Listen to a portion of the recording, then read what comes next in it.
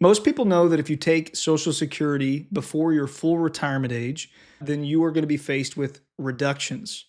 If you decide to delay, then you'll get delayed retirement credits, meaning your benefit will actually increase. Now, don't get too bummed out or excited about this. The reality is that they are making a bet actuarially. I can barely say that word. I can't believe it kind of sounded right. But they are making this decision based on when they expect you to die. So they have mortality tables and life expectancy calculations. They know when you were born, and they have an estimate of when you're going to die. And in the aggregate, they expect to come out okay on that sort of calculation. This is the same thing that insurance and annuity companies are doing. This is how they know if they're making a good bet and if they're likely to be profitable or not. If anything, most people have heard about the adjustments, but they've probably heard them communicated in annualized terms. That's helpful so that you kind of have a rough idea, but it's also important to know that these adjustments happen on a monthly basis.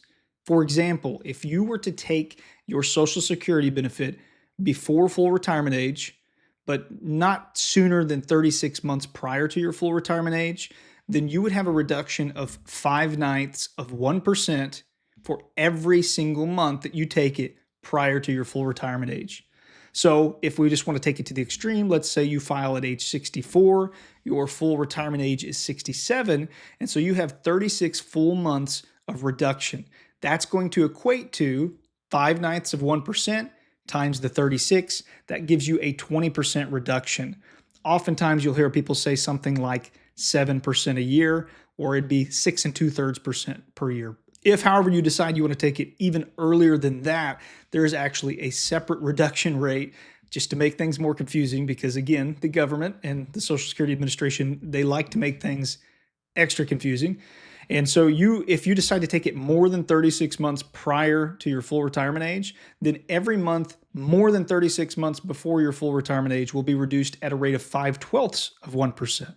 So for anything more than 36 months before your full retirement age, being reduced at that 0.05% works out to a 5% annualized, or every 12 months that you would have your benefit reduced even further. So these are tranches. These are two separate calculations happening for different months. So certain months are in this bucket and they're reduced at 5/9. Other months are in this bucket and they're reduced at 0.05%. And so that leads to a blended calculation for many people if you're filing between 62 and 64.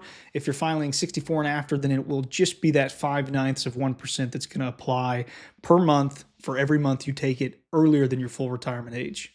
Now, there is actually a light at the end of the tunnel. It gets a little bit simpler. If you delay beyond full retirement age, it's a little more straightforward.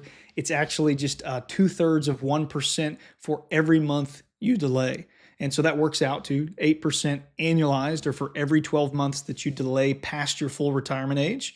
And if you go all the way until age 70, you will get 124% of your primary insurance amount, or the amount that you would get at full retirement age, unreduced and not increased for delayed retirement credits. And lest any of you think that you can get more than that, let me assure you, you can't. So once you hit age 70, anything beyond that point, there's no additional delayed retirement credit or benefit, and it doesn't do anything for you. So at that point, it becomes kind of meaningless to wait.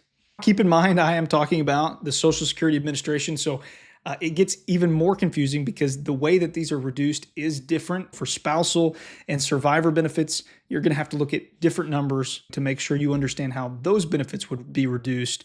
Don't rely on the numbers talked about today. These are just about your individual retirement benefits for your own record. If you found this helpful, please hit like and subscribe so that you can get alerted whenever I release new videos.